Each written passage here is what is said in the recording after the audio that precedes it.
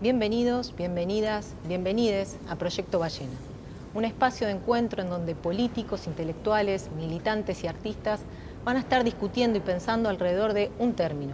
En esta primera edición de Proyecto Ballena de diciembre del 2020, ese término va a ser la democracia.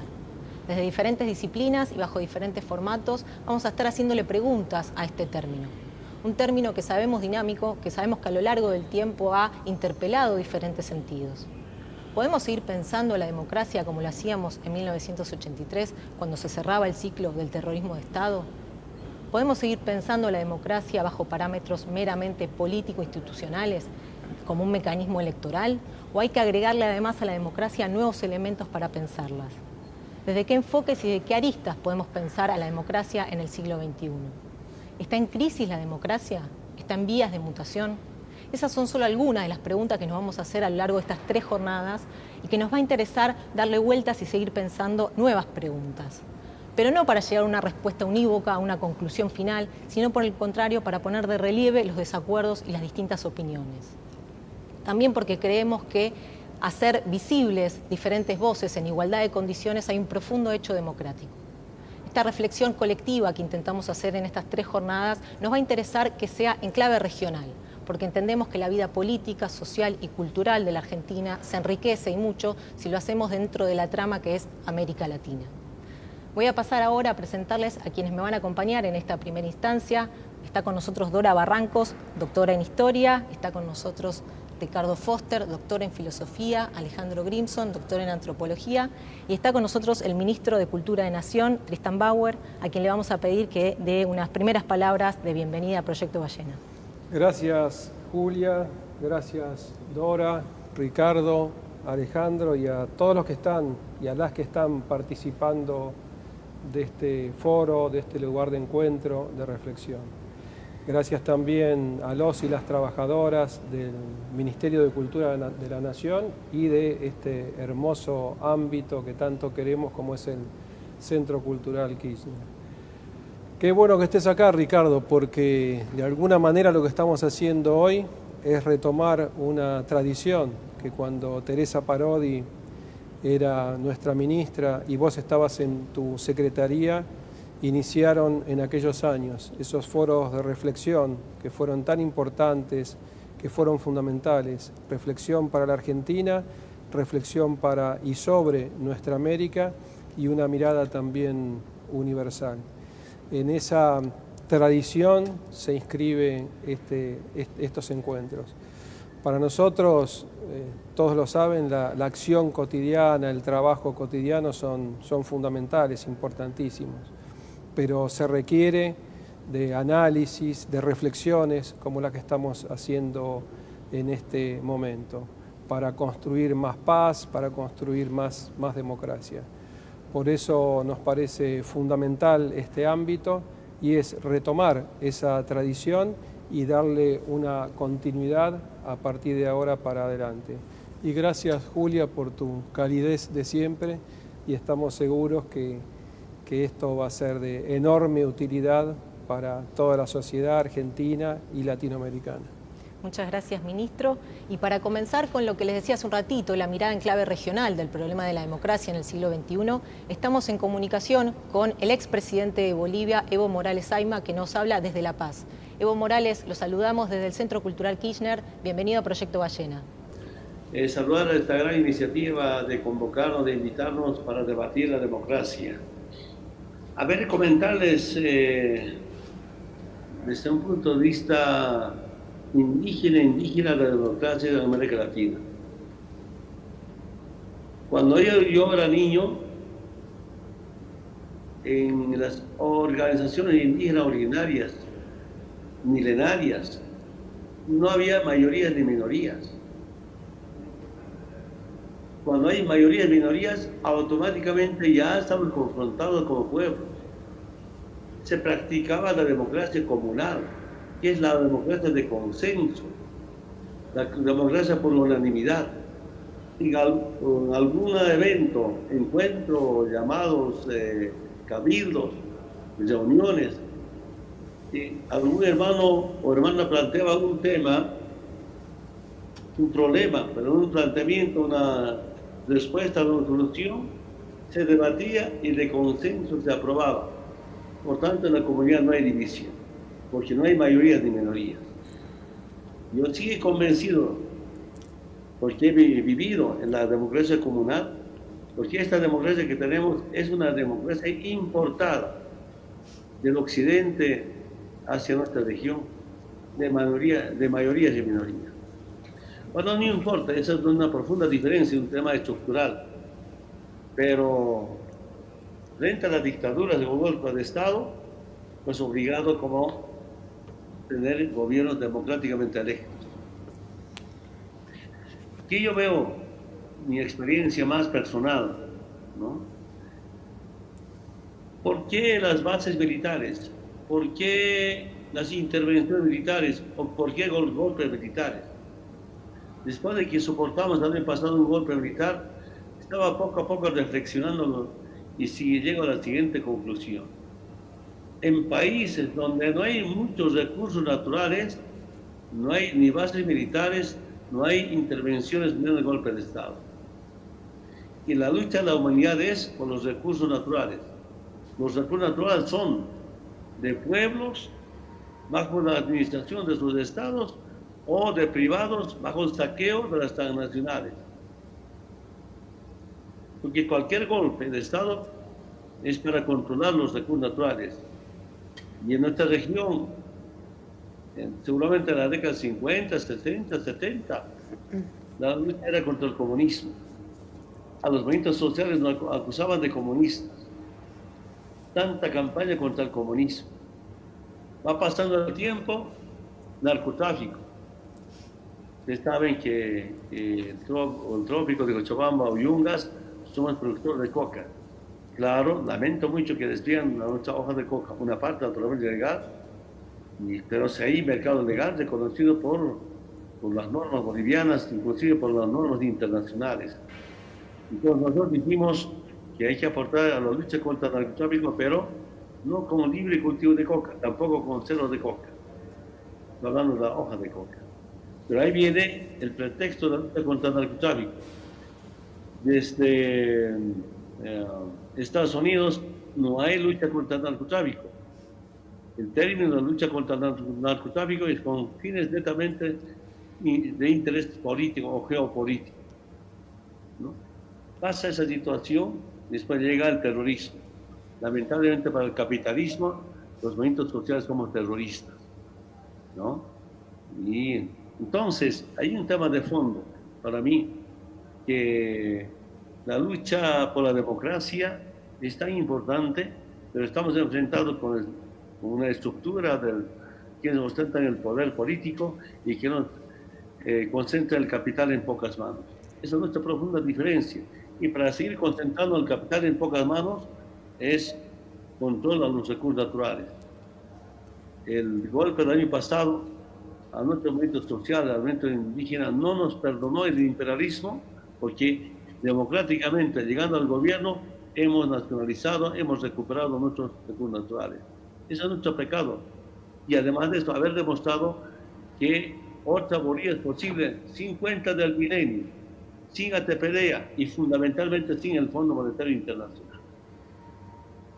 Y ahora me doy cuenta, el capitalismo no quiere otro modelo económico que es mejor que el modelo económico sometido al neoliberalismo, por tanto al capitalismo. Entonces acá en Sudamérica, en Latinoamérica, yo siento después de tener años tan importantes con Chávez, con Kirchner, con Lula, ¿no? Importantes, retrocedemos porque ahí viene el imperio, ¿no? De recuperar también vía democrática, pero el gobierno de la derecha, y derechas al servicio del capitalismo. Cuando necesitamos UNASUR, un espacio de integración, nos cruza, nos enfrenta con Alianza del Pacífico para retomar las políticas de la ALCA o del consenso de Washington. Es otra profunda diferencia, ya es ideológico y programático. Una lucha permanente. Pero la democracia para mí no solamente termina el día de la elección, sino la democracia termina, la democracia es todos los días, reuniones permanentes con sectores sociales, con empresarios, todos, donde se aprueban programas, hasta nuevamente se gestan nuevas políticas económicas, pero en base a la soberanía e independencia de un Estado, pero también garantizar la dignidad y la libertad de un pueblo. Además de eso, cómo buscar la igualdad, cierta igualdad.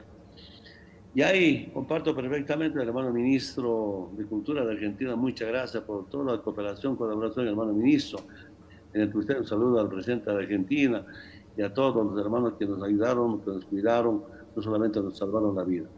Quiero decirles que está en nuestras manos recuperar la democracia para los pueblos, no para el imperio. Esa es nuestra profunda diferencia que tenemos en este momento. Y estamos cerca para retomar o retornar a tiempos de Kirchner, de Lula, de Chávez.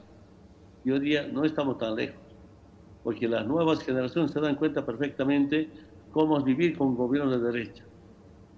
Y quiero aprovechar nuevamente este espacio, porque desde acá decidimos con algunos movimientos sociales de Argentina, de Ecuador, de Perú, cómo organizar, gestar, impulsar América plurinacional. Con una América plurinacional se combate el racismo, la discriminación, pero también la desigualdad. Otra forma de combatir estas las injusticias que tenemos en América. Entonces sería lindo estos espacios para debatir, compartir vivencias, experiencias, investigaciones para bien de toda América Latina y basado fundamentalmente en la democracia. Muchas gracias por esta invitación, una pequeña participación. Lamento mucho, hermanas y hermanos, acá estamos a las 5 de la mañana reunidos, porque vienen las subnacionales. Como siempre cuesta elegir candidatos a alcaldías, asambleístas, departamentales, gobernaciones, toda una responsabilidad, y el día que se inscriba, el día 18 de este mes, ya termina esta batalla interna. Después tendremos suficiente tiempo para seguir compartiendo en esta clase de espacios. Nada más, muchas gracias, hasta pronto. Muchas gracias, Evo Morales, por esta comunicación. Y para seguir pensando en clave regional, tenemos la palabra, la reflexión de otro expresidente, en este caso del Brasil, Luis Ignacio Lula da Silva, que nos va a presentar una reflexión que tiene sobre el presente democrático de Brasil, pero también haciendo un repaso de lo que fueron los últimos 20 años en América Latina. Escuchamos a Lula. Meus amigos e minhas amigas, em primeiro lugar, eu gostaria de cumprimentar Tristan Bauer, ministro da Cultura da Argentina, e agradecer de coração o convite para esse evento do Centro Cultural Kirchner. Cumprimento também meu amigo, o presidente Evo Morales, e também todos os participantes da mesa, e quero deixar meu abraço fraterno ao povo argentino. Afinal, a defesa da democracia na América Latina nos une mais uma vez. Meus amigos e minhas amigas, eu a vida inteira sonhei com a possibilidade da gente construir uma democracia soberana na América Latina. Olhando historicamente, a gente percebe que poucas vezes nós vivemos momentos de democracia em que cada país da América Latina pôde livremente decidir o seu destino e decidir o destino do seu povo. Sempre havia uma intromissão estrangeira. Seja quando nós éramos colonizados, no final do século XX, no meio do século XX, a quantidade de golpes que foram dados na nossa querida América Latina. Quando nós conseguimos derrubar os golpes, e todos eles foi derrubado com a força e a participação do povo, eu continuei sonhando que era possível a gente construir uma democracia de verdade na América Latina, criar na América Latina um bloco que pudesse pensar economicamente, pudesse pensar politicamente, pudesse pensar também do ponto de vista da nossa soberania, estabelecer as nossas próprias diretrizes para definir que mundo e que povo que a gente queria, ser no futuro. E eu acreditei que era possível quando nós tivemos a vitória do Chávez na Venezuela, quando nós tivemos a minha vitória no Brasil, a vitória do Kirchner, a vitória de Rafael Correa, a vitória de Lagos, depois Michelle Bachelet, a vitória do companheiro Evo Morales e tantas outras vitórias. Mantivemos contatos extraordinários com todos os países. Eu, pessoalmente, visitei mais de 2 vezes cada país da América Latina. porque eu acreditava que era preciso construir um bloco forte que pudesse fazer frente às negociações que precisaríamos fazer com os Estados Unidos, com a Europa, com a China, com a Rússia, com a Índia. Ou seja, era preciso que a gente estivesse junto, que a gente tivesse força e que a gente tivesse organizado. Por isso, em 2005, a primeira coisa que nós fizemos em Mar del Plata foi derrotar a ALCA. E dissemos sim ao Mercosul. Fortalecemos o Mercosul. E fortalecemos o comércio entre Brasil e Argentina, Brasil-Uruguai, Brasil-Paraguai. Trouxemos vários países da América do Sul para participar como sócio, sabe, do Mercosul. Depois eu acho que foi importantíssima a criação da Unasul. A Unasul era o jeito que a gente entendia que era possível fazer uma unidade, criar um bloco na América do Sul. Depois do fortalecimento do Mercosul, nós criamos a CELAC, a única instituição multilateral que participava Cuba e que não participava Estados Unidos e Canadá. Foi uma coisa extremamente importante. Depois estabelecemos políticas com a África, enquanto Unasul, depois estabelecemos política com os países árabes, ou seja, quando nós estávamos começando a ser levados em conta nas negociações internacionais, quando nós passamos a ser protagonistas nas negociações com o mundo chamado desenvolvido, começou os golpes. Começou a tentativa de desestabilizar, sabe, os governos progressistas da América Latina. Na Argentina, uma forte campanha de destruição da imagem da presidenta Kirchner e muito dinheiro em jogo fez com que os conservadores voltassem ao governo. Graças a Deus, agora o nosso companheiro Fernandes, sabe, desmontou a farsa montada pelos antidemocráticos da Argentina. E veio o golpe no Brasil. Todo mundo conhece a história do impeachment da Dilma, todo mundo conhece a história da farsa do meu processo, das mentiras contadas, do envolvimento dos Estados Unidos, do Departamento de Justiça, para tentar evitar que o Brasil fosse soberano, para tentar evitar que o Brasil fosse protagonista, para tentar evitar que a Petrobras se transformasse numa das maiores reservas de petróleo do mundo e uma das maiores empresas de petróleo do mundo. Eles não concordaram nunca com a lei da partilha, com a criação da indústria naval, sabe, com o fortalecimento da indústria da construção civil, com o acordo da construção do submarino nuclear. Sabe, era tudo empecilho que os Estados Unidos nunca aceitou.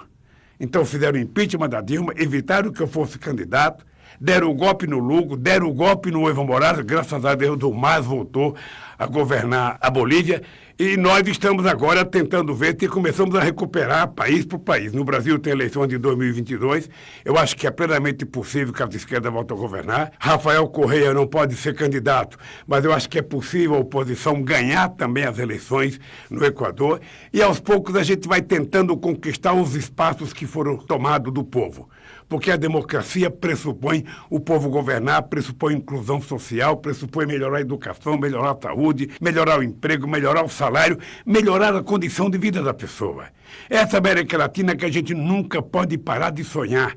Essa América Latina soberana, essa América Latina produtiva, essa América Latina democrática, essa América Latina para os latino-americanos é que nós não podemos nunca abdicar. Por isso, quando o Instituto Kirchner resolve fazer um debate sobre a democracia na América Latina, eu não poderia deixar de falar com vocês, porque eu acho que é possível. A minha experiência política mostra que é possível a gente construir uma democracia soberana e construir entre nós um bloco forte, um bloco muito forte para negociar politicamente, para negociar economicamente, para negociar a questão ambiental com o mundo desenvolvido, sem nos sentirmos menor, sem aceitarmos ser tratados como se fôssemos insignificantes ou muito pequenos. Porque só baixa a cabeça quem não sabe o valor da soberania, sabe, de um continente, de um país ou de uma região. Por isso, meus amigos e minhas amigas, eu continuo acreditando plenamente. Haveremos de construir uma América Latina grande, uma América Latina soberana, uma América Latina unida entre os seus países, sem se subordinar a nenhum grupo econômico e muito menos sem subordinar aos Estados Unidos da América do Norte, que nunca permitiu que a gente fosse totalmente independente. A interferência, sabe? Ora eram os embaixadores, depois eram os militares, e agora é o Poder Judiciário. A indústria da construção de lawfare. Ou seja, através do Poder Judiciário, contar mentiras para condenar alguém, condenar sem prova, porque não precisa de prova, Porque o Poder Judiciário, uma parte importante, a gente sabe desde o que aconteceu em Honduras até o que aconteceu aqui no Brasil. Então eu queria que vocês tivessem certeza que podem contar comigo. A luta pela democracia não é uma luta eventual, é uma luta de todo dia, todo dia, todo dia e toda hora. Cada pedacinho de liberdade que a gente conquistar é motivo para a gente continuar brigando para conquistar mais. Porque a única luta que a gente perde é aquela que a gente não faz, é aquela que a gente não participa. E por isso, meus queridos companheiros que estão participando desse seminário, eu quero dizer para vocês que vale a pena a gente sonhar e lutar para que a gente conquiste a democracia e a soberania definitivamente para cada país da América Latina e para o conjunto do continente. Um abraço, boa sorte, que Deus abençoe vocês. Muchas gracias a Ignacio Lula da Silva por esta reflexión que compartió con Proyecto Ballena. Bien interesante de estas dos reflexiones que de alguna manera ya alejan a la democracia del concepto más político, institucional, formal, sino que más bien la meten dentro de una trama junto con otros conceptos que le dan un nuevo sentido. Anoté algunas palabras que fueron diciendo como soberanía, justicia, igualdad, comunidad. Y en ambos también apareció la idea de descolonización, una palabra bien importante para la región, para América Latina, interesante pensarlo también relacionado con la democracia. Y en ambos casos también aparece la idea de que la democracia en el siglo XXI en América Latina sigue estando en disputa, no es un tema cerrado, sino que sigue estando abierto.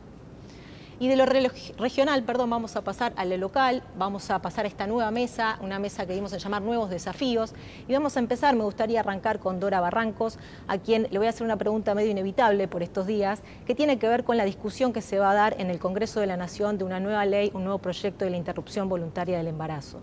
Preguntarte, Dora, ¿cómo crees que puede relacionarse ese proyecto con la democracia? ¿Cómo pensar el vínculo entre ambos elementos?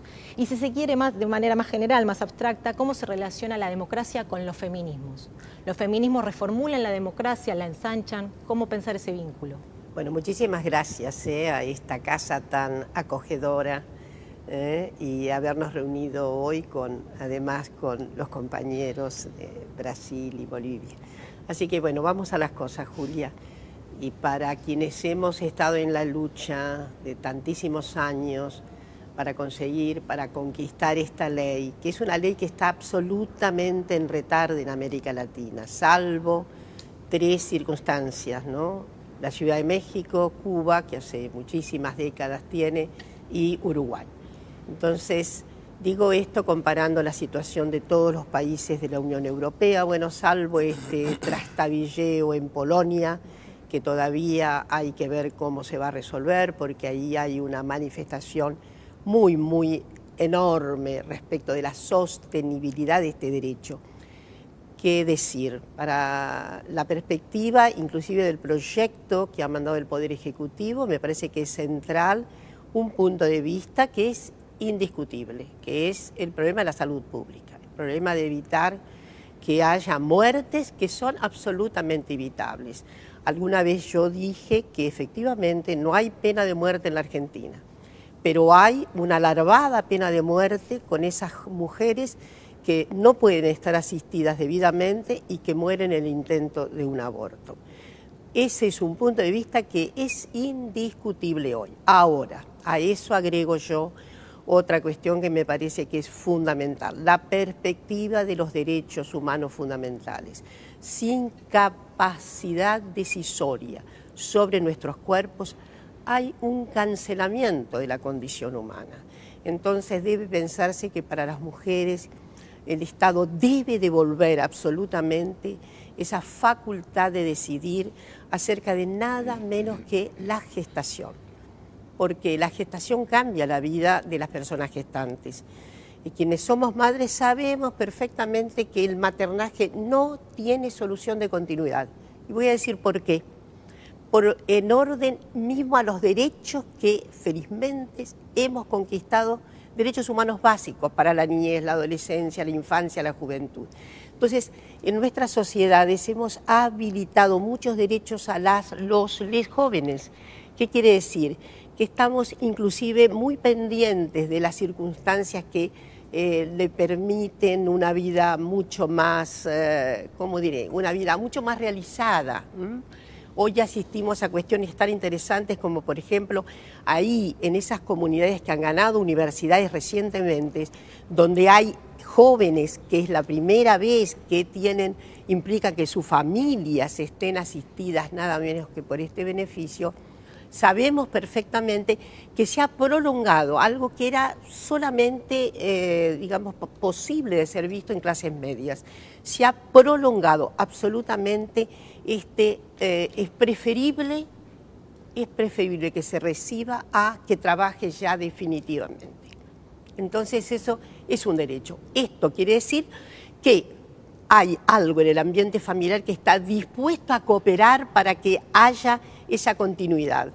Esto he ido muy lejos, pero digo, este es el acierto fundamental con los derechos humanos. Entonces, gestar no debe ser una contingencia. Gestar es entrañar. Y quien no puede entrañar no puede ser obligada a llevar adelante una gestación.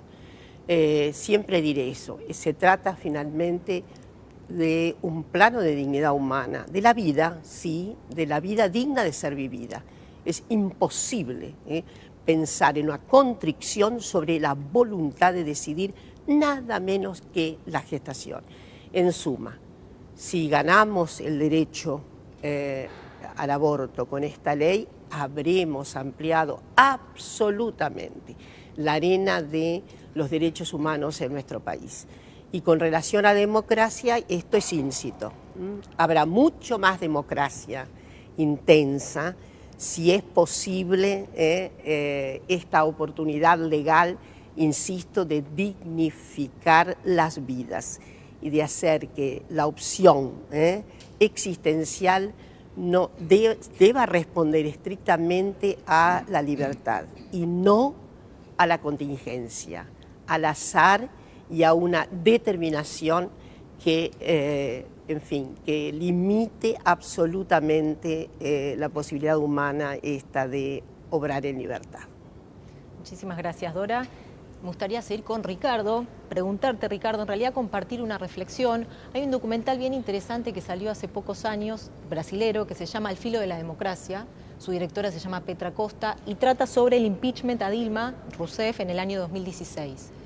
En ese documental se dice algo así como que las democracias en los 60 y los 70 latinoamericanas estaban condicionadas por las fuerzas militares.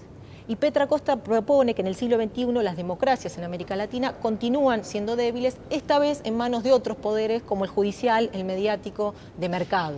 Primero preguntarte si compartís esta reflexión y en caso de que sí, preguntarte cómo pueden hacer los movimientos populares para fortalecer esa democracia, para que no queden a merced de estos poderes que tienen otras reglas de juego.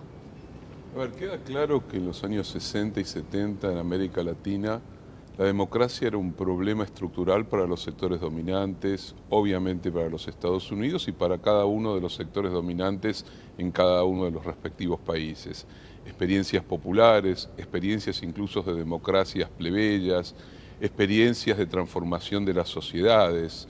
En la Argentina eso se vivió con el primer peronismo, en Chile se vivió con la experiencia de la unidad popular, en Bolivia con distintas experiencias que tuvieron, por ejemplo, a Torres como uno de sus momentos importantes, en Perú también la experiencia de Velasco Alvarado, democracias que comenzaban a cuestionar el sistema con grandes movilizaciones populares y que eran inviables para un tipo de proyecto de dominación como era el que necesitaba el imperio y las clases dominantes de cada uno de esos países.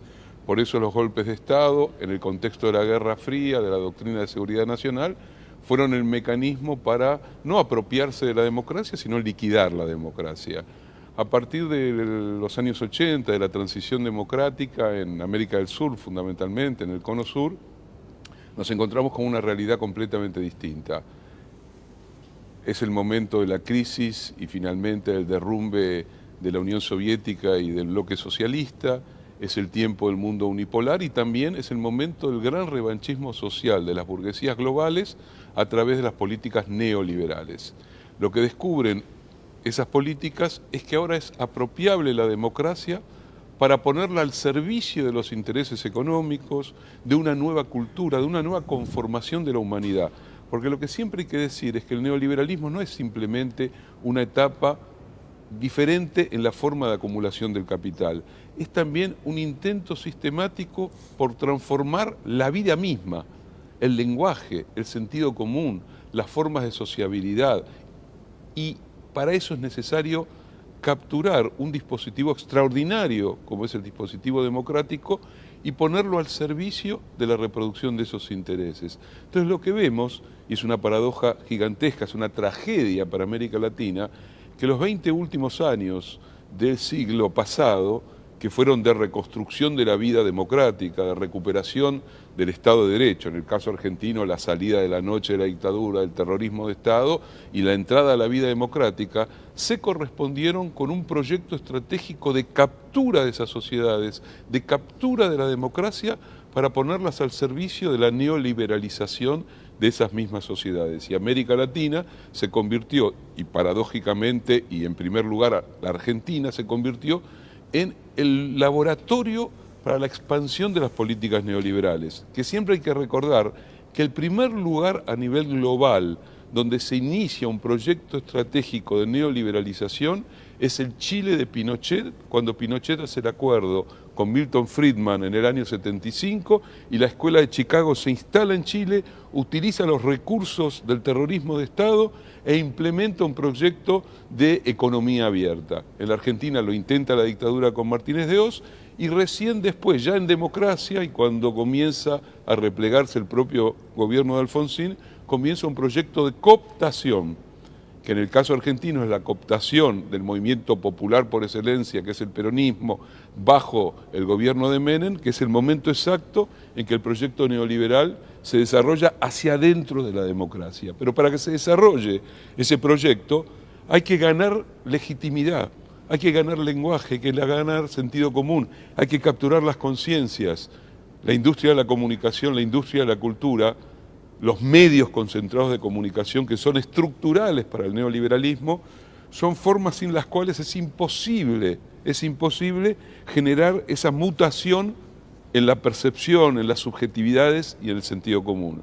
Pero no solamente eso, sino que también hay que poner a disposición de los poderes fácticos, de los poderes económicos, a el Poder Judicial. Ahí comenzará la otra historia del lawfare, que ya tiene que ver con un momento distinto. América Latina, siempre nos desgarramos las vestiduras, es el primer lugar, y sobre todo América del Sur, a finales del siglo pasado, con Chávez en Venezuela y a principios del siglo XXI, con Lula en Brasil y Néstor Kirchner en la Argentina, que inicia un proceso de enfrentamiento directo a la hegemonía neoliberal, que es una hegemonía global. Y lo hace recuperando una idea democrática, lo hace recuperando la idea de la inclusión social, de la igualdad, de la emancipación, de la soberanía y del proyecto de patria grande, como recién escuchábamos especialmente al expresidente Lula reafirmarlo.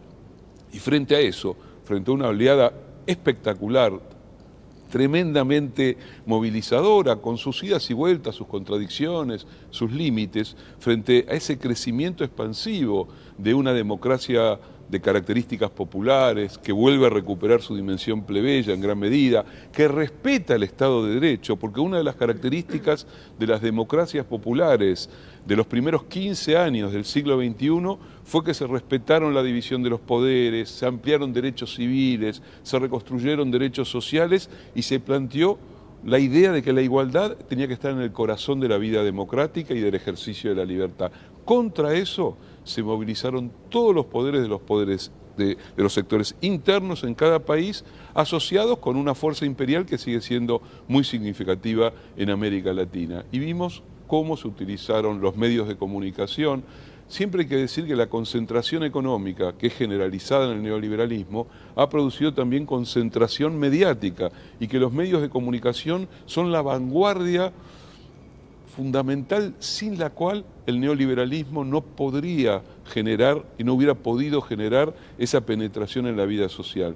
Porque esto también hay que decirlo, la penetración del neoliberalismo implica que muchas veces se captura sectores que no deberían ser capturados por el neoliberalismo y que ha habido también problemas intrínsecos a los proyectos democráticos populares que generaron la posibilidad de esa regresión conservadora y neoliberal que se abrió con la derrota electoral en la Argentina y después siguió, ya lo sabemos, con Brasil, con Ecuador y con el golpe en Bolivia y la derrota del Frente Amplio en Uruguay.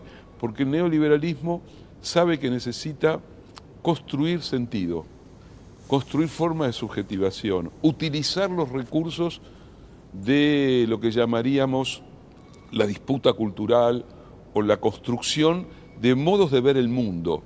Y el neoliberalismo se mete como si fuera una bomba que disgrega a la sociedad, se mete dentro de las sociedades, las fragmenta y las desocializa y reduce la democracia a ser simplemente un instrumento en función de sus propios intereses. Y termino con esto.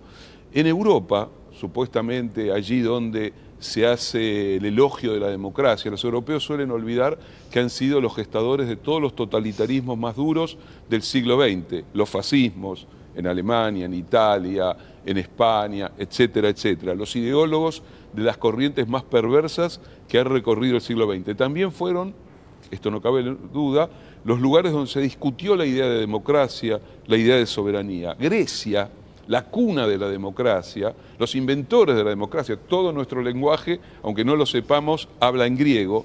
Cuando en el 2015 el pueblo griego fue convocado a un referéndum para ver si aceptaba o no el ajuste que le imponía la Comunidad Europea, el pueblo griego masivamente dijo no al ajuste. ¿Cuál fue la respuesta del poder real, de la troika de los bancos y de Alemania sobre todo? Ustedes habrán inventado la democracia, pero nosotros somos los dueños de la pelota, vamos a usar una metáfora futbolera, y ser los dueños de la pelota somos los dueños de la decisión económica, somos los dueños de la decisión política, y la democracia tiene que ajustarse a nuestros intereses.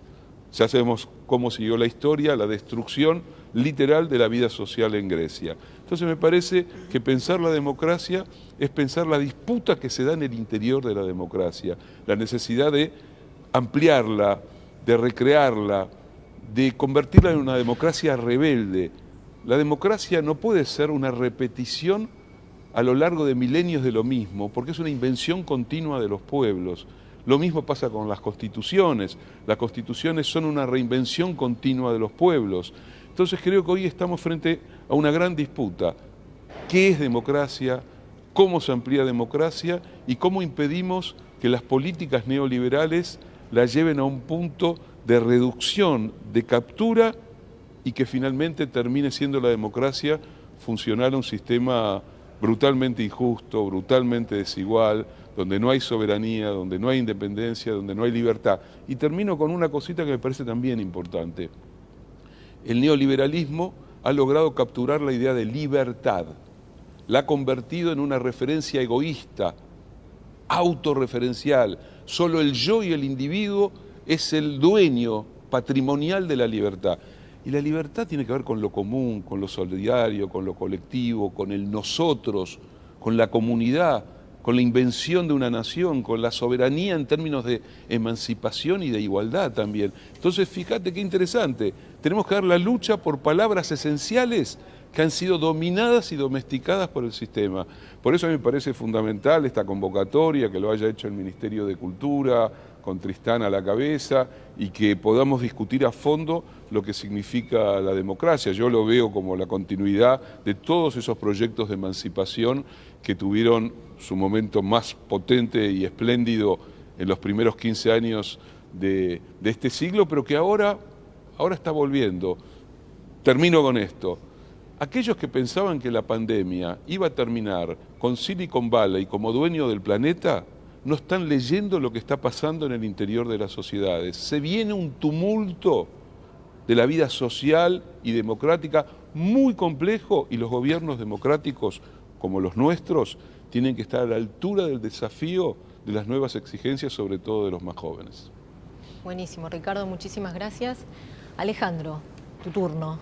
Queríamos preguntarte por el resurgir que está habiendo en distintas partes del mundo, sobre todo en Occidente, de una derecha que, a diferencia quizás de la derecha de los 90, que se proponía más multicultural, si se quiere, esta tiene un tono xenófobo, racista, autoritario. Preguntarte si crees que estas narrativas, estos movimientos de alguna manera condicionan a la democracia, si la ponen en peligro, o si forman parte del juego democrático en general. Sí, creo que si uno se remonta algunas décadas atrás, cuando va a lo que se dio en llamar la revolución neoconservadora, que fue al final de la Guerra Fría, coincidiendo pocos años después con la caída del muro de Berlín, hubo un triunfo importante de esa nueva derecha de hace 30 años, que era una nueva derecha que estableció un relato muy vinculado con lo que decía Ricardo, que era neoliberalismo más democracia. O sea, hubo una hegemonía que en América Latina se interrumpió antes por la crisis y las consecuencias calamitosas del neoliberalismo, y se interrumpió efectivamente a principios del siglo XXI, pero, digamos, esa hegemonía en términos globales predominó hasta hace 5 años aproximadamente. ¿Qué fue lo que pasó hace 5 años? Esto que vos decís, empezó a hacerse más patente, más claro, el resurgimiento de nuevas derechas, que ya no eran las derechas del relato fukuyamista, del fin de la historia, de la democracia más neoliberalismo, sino que eran derechas, y son derechas, xenófobas, misóginas, homofóbicas, islamofóbicas, de un tipo de nacionalismo rancio, en contra de los países vecinos, y así sucesivamente, y que efectivamente no creen ni siquiera, diría yo, en la democracia formal, más allá de algunas enunciaciones. O sea que en ese sentido es un cambio muy significativo, y para mí es el cambio que precede al contexto de la pandemia, porque yo creo que la pandemia del 2020 no explota en un mundo geopolíticamente ordenado, sino que explota en un mundo que se encontraba en proceso de transformación y de inestabilidad muy profundos, donde vos tenés al neonazismo llegando por primera vez desde el fin de la Segunda Guerra al Parlamento alemán, donde vos tenés triunfos realmente muy importantes a nivel de países enteros y de países poderosísimos, de esas derechas ultraderechizadas, y tenés avances muy significativos como los que ya se señalaron acá en contra de los procesos democráticos y populares que se habían dado en América Latina, ¿no?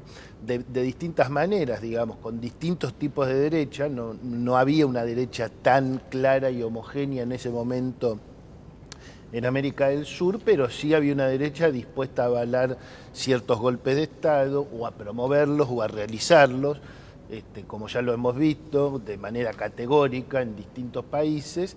Y evidentemente yo creo que acá hay una diferencia relevante, que es que si uno ubica esa revolución neoconservadora de los 80, más o menos por aquella época, evidentemente fue una derecha que logró una hegemonía de 25 o 30 años en el planeta, mientras que acá tenés una derecha que no tiene capacidad de construcción hegemónica duradera. Yo la llamo una derecha corta. ¿Por qué una derecha corta? Porque no logra, por lo menos por ahora, y esperemos que no lo logre, instaurar un proyecto que involucre y que construya una mayoría social que le dé sostenibilidad a lo largo del tiempo. O sea, son derechas, miremos lo de Bolivia, o sea, dan un golpe de Estado, una cosa espantosa, convocan elecciones y arrasa el MAS, asume Luis Arce, puede volver Evo a su país.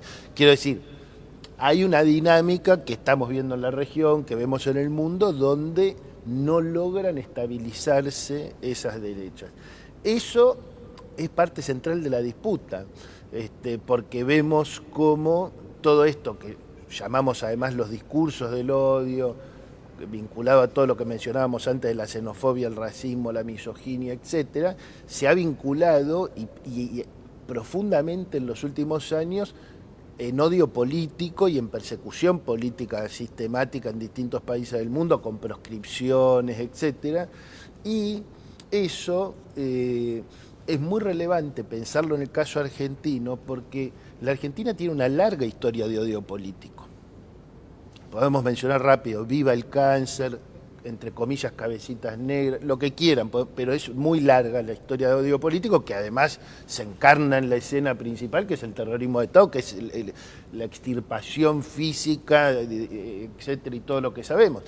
Esa historia hoy se engancha con este proceso global donde el odio crece en el mundo, y realmente para los argentinos que defendemos la democracia, más allá de las posiciones políticas que podamos tener, esto tiene que ser una alerta muy significativa. Miren, en un país con una larga historia de odio político, de persecución política, estamos en un contexto global donde estos discursos crecen, entonces distingamos a aquellos que podemos pensar distintos sobre muchísimas cuestiones políticas, distingámoslos de aquellos que no están de acuerdo con promover una convivencia democrática de alta intensidad. Yo llamo convivencia democrática de alta intensidad el reconocimiento de que el otro existe, el otro, el que piensa distinto, el que no comparte el mismo proyecto, pero también existen los nuevos y las nuevas protagonistas de la democracia del siglo XXI que ya fueron mencionados aquí.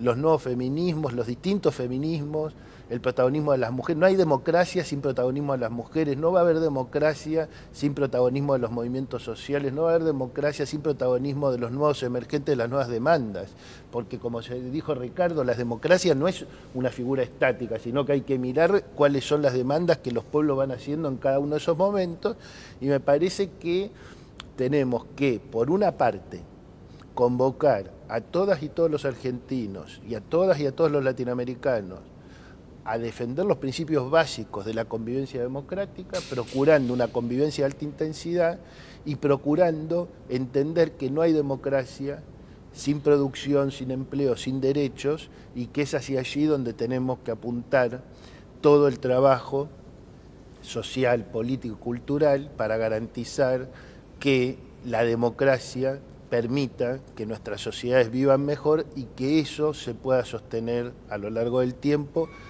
con una visión profundamente latinoamericana, no solo por convicción y por amor, sino también porque, como decía Lula, no tenemos futuro si no es un futuro latinoamericano, y América Latina es la única que nos puede permitir abrir de nuevo los horizontes de la emancipación, los horizontes de la igualdad, los horizontes de la justicia. Muchas gracias, Alejandro, por esta reflexión.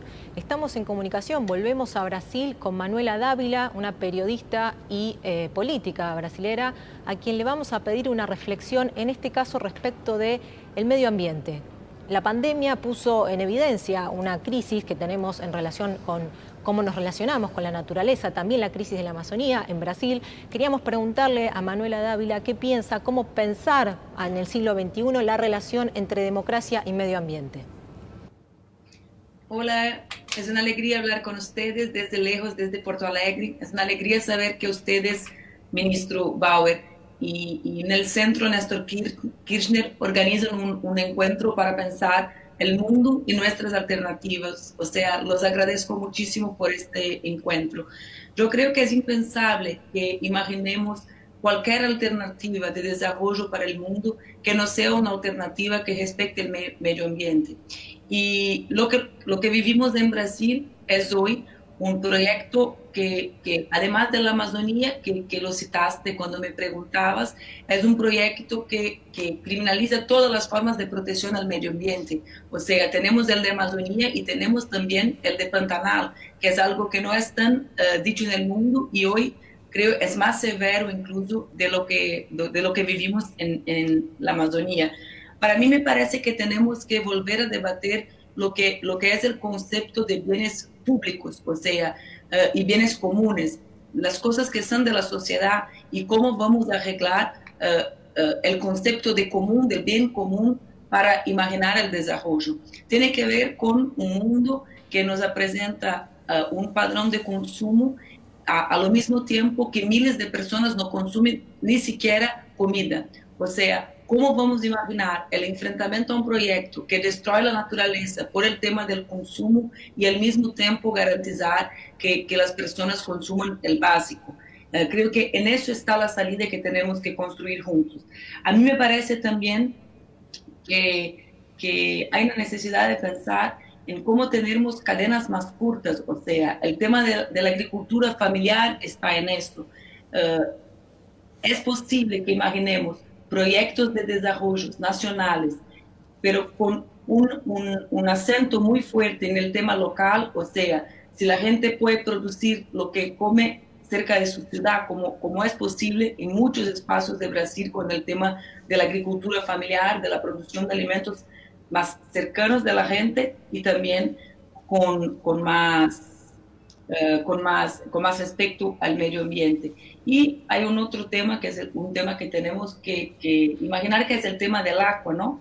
Porque en eso están los gobiernos como el gobierno brasileño y sus gobiernos locales con el tema de la privatización del agua, que es algo que es lo que más podemos imaginar de terrible, porque ni siquiera el agua puede ser un bien común y público en nuestros países, en nuestras ciudades, con estos gobiernos que se organizan sin imaginar alternativas sostenibles para la gente. Muchísimas gracias, Manuela, por esta comunicación. Bienvenida a Proyecto Ballena. Esperemos que continúen a lo largo de estas 3 jornadas. Y para cerrar, queríamos, ministro Bauer, pedirle, después de estas exposiciones, un cierre, unas palabras final, también pensando en qué cultura democrática es posible pensar en el siglo XXI. Sí, cuánta palabra profunda, cuánta palabra intensa. Lo escuchábamos recién a Lula evocar el ALCA, el significado que tuvo ese acto como un mojón central en la historia de América Latina, ¿no? Recordémoslo hoy aquí también a Diego Maradona, deportista extraordinario, artista extraordinario, y que viajó junto a nosotros. Me acuerdo que Evo todavía no era presidente, era candidato, e íbamos en ese tren del ALBA conversando con Kusturica, con Evo, con Diego. Llegamos a aquel acto en el estadio de fútbol en Mar del Plata, el discurso de Chávez, de enterrar al ALCA, ALCA, ALCA, al carajo, decía. Y lo rescataba recién con su palabra Lula. Y qué importancia para nuestra democracia, cuánto tenemos que defender y trabajar por esos conceptos, democracia y paz. Tuvimos la suerte de acompañarlo a Evo Morales en aquel viaje y acompañarlo de nuevo en su exilio en la Argentina, a él y tantas compañeras, compañeros. Aprender de ellos, cómo después de la atrocidad que se cometió en su país, la defensa de la democracia, con tanta violencia de parte de ellos. Alejandro hablaba ahí, introdujo la palabra esa, ¿no? El odio, con tanta violencia, con tanto odio. La respuesta fue con participación, con organización y fundamentalmente con paz para la defensa de la democracia.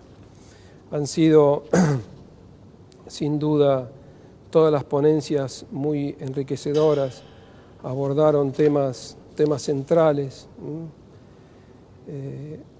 Evo dijo con mucha claridad, golpe de Estado para la apropiación de los recursos naturales de nuestros países. Golpe de Estado para la apropiación de los recursos naturales. Y recién, desde el Brasil, Manuela hablando de esa necesidad de defender la tierra, de cuidar la tierra. El neoliberalismo lo que ha planteado siempre es ese extractivismo, ¿no es cierto? Y ese extractivismo que es para otro factor, que aquí me parece que no se mencionó, pero que es fundamental, siento yo que debemos analizar, como es la hiperconcentración de las riquezas en el mundo entero, ¿no? Ese 1% que tiene más, que tiene casi el doble que el 90%, y cómo esa desigualdad se da de manera tan explícita, dramática en nuestra América, como desde la democracia, con democracia, tenemos que trabajar en una nueva distribución de las riquezas. También lo decía Ricardo, ¿no?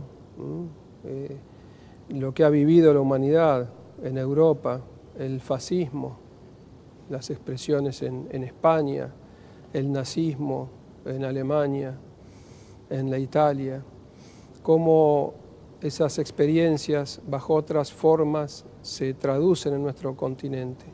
Ricardo hablaba de la experiencia del Chile de Pinochet. Primero, ese momento luminoso, Salvador Allende, y que es nuevamente utilizando los medios de aquel entonces, el odio y la violencia más terrible. Tuvimos nosotros aquel bombardeo en la Plaza de Mayo que recordamos siempre en el 55, pero también tuvo ese bombardeo la Casa de la Moneda, Chile, para derrocar a un presidente honrado como era Salvador Allende. Y después ese experimento que golpeó, marcó y lo tenemos ahí a la vuelta de nuestra memoria. Frente a eso, me parece que es fundamental el concepto de construir una democracia participativa y llamar la atención a este momento particular que vive la humanidad, un momento que es nuevo, un momento que la humanidad no tiene antecedentes. El desarrollo, el crecimiento de lo que nosotros denominamos territorio virtual o mundo virtual. Nunca antes la humanidad había vivido una experiencia semejante por distintas razones. Por un lado, la aparición, la irrupción desde hace... Si bien la virtualidad, ustedes lo saben, yo soy hombre de cine, podemos decir que con la aparición de la cinematografía, los hermanos Lumière, cuando aparece la representación, primero en blanco y negro, después se le suma el sonido, después se le suma el color, aparece ahí ese mundo virtual, ¿no? Y el cine, para la creación de sentido, cómo se ha utilizado, cómo lo han utilizado. Pero es verdad que con la irrupción de Internet, con la aparición de las redes sociales y ahora en tiempos de pandemia con el crecimiento explosivo de este mundo, que tenemos que tener conciencia que estamos frente a un nuevo fenómeno mundial. La potencia, lo que más ha crecido en estos años, en estos últimos años, es la potencia y el procesamiento de todas esas inmensas bases de datos. Y los sistemas de comunicación, aquello que se imaginó en los años 60 como la aldea global, McLuhan, bueno, hoy es un hecho. Y en ese terreno vivimos y ese terreno habitamos y creo que estamos obligados, que es fundamental para nosotros habitar ese terreno. Ojo, esto no quiere decir que los otros territorios, nosotros somos hijos del 17 de octubre, de la movilización, de la militancia barrial, no es que hay que replegarse, retirarse, por supuesto que no. También otra característica particular del mundo que vivimos es la coexistencia. Aquí en la Argentina celebramos los 100 años de la radio este año. No es que vienen estas nuevas tecnologías y arrasan con las tecnologías anteriores.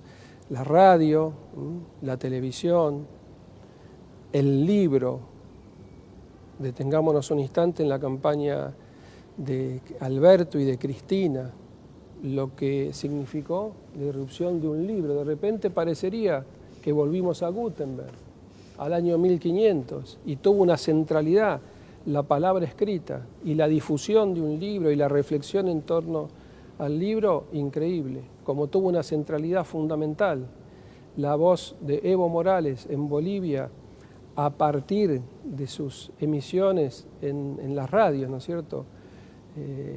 Causachum Coca fue una radio fundamental para que mientras estaba en el exilio Evo, llegaba su palabra, en algunos pueblos ponían, como los viejos sistemas, altoparlante y escuchaban ahí la voz de Evo que llegaba desde el exilio. En este mundo y para la democracia es fundamental habitar esos espacios, es vital. A veces nos parece que la Internet es algo inmaterial, que estamos aquí y que está allí la pantalla. Internet tiene una enorme materialidad.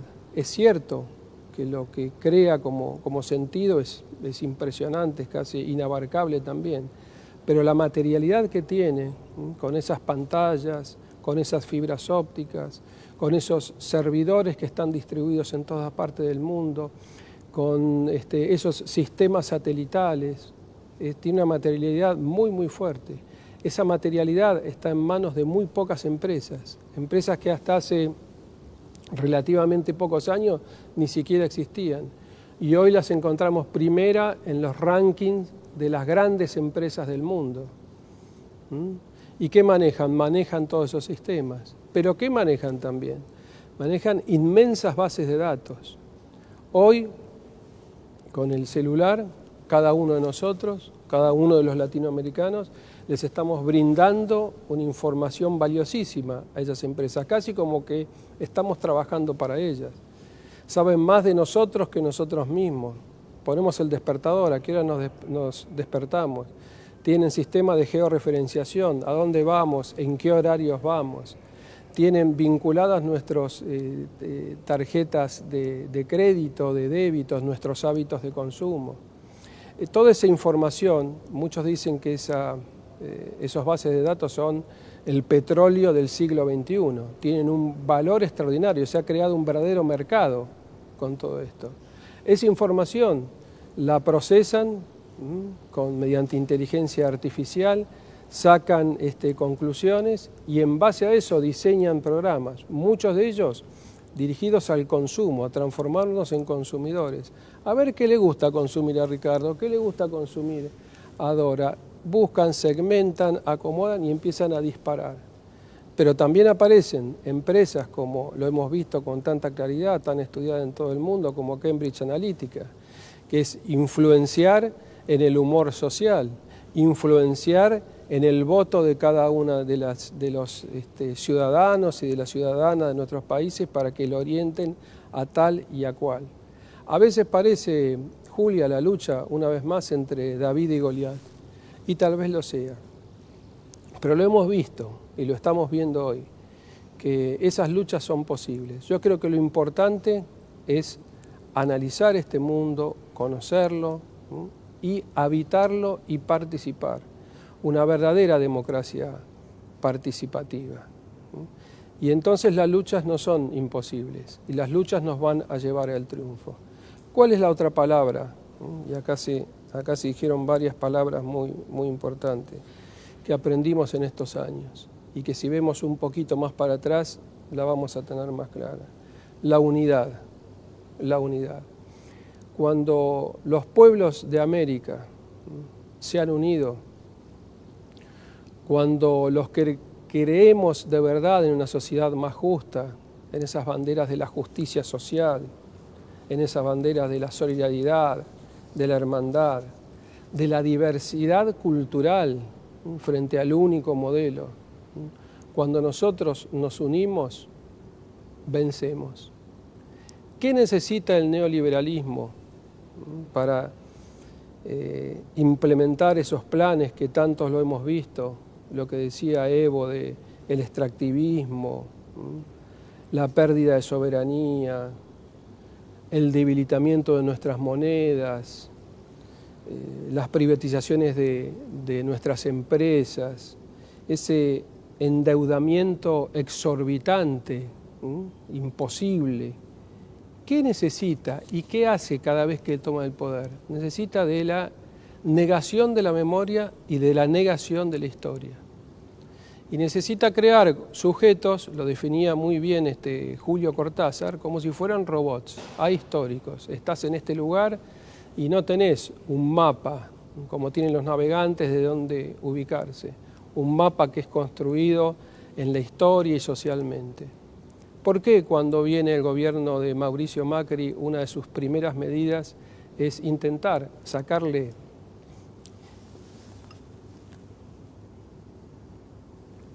el nombre, quitar el nombre a este centro cultural que hoy nos da cobijo? ¿Por qué sacan de aquí enfrente de la Casa Rosada aquellos cuadros que fueron enviados por todos los presidentes y autoridades de los países latinoamericanos que evocaban en una imagen, generalmente en pintura, algunas fotografías, aquellos que lucharon por la soberanía de América Latina y bajaron del Salón de los Patriotas de América Latina todos los cuadros?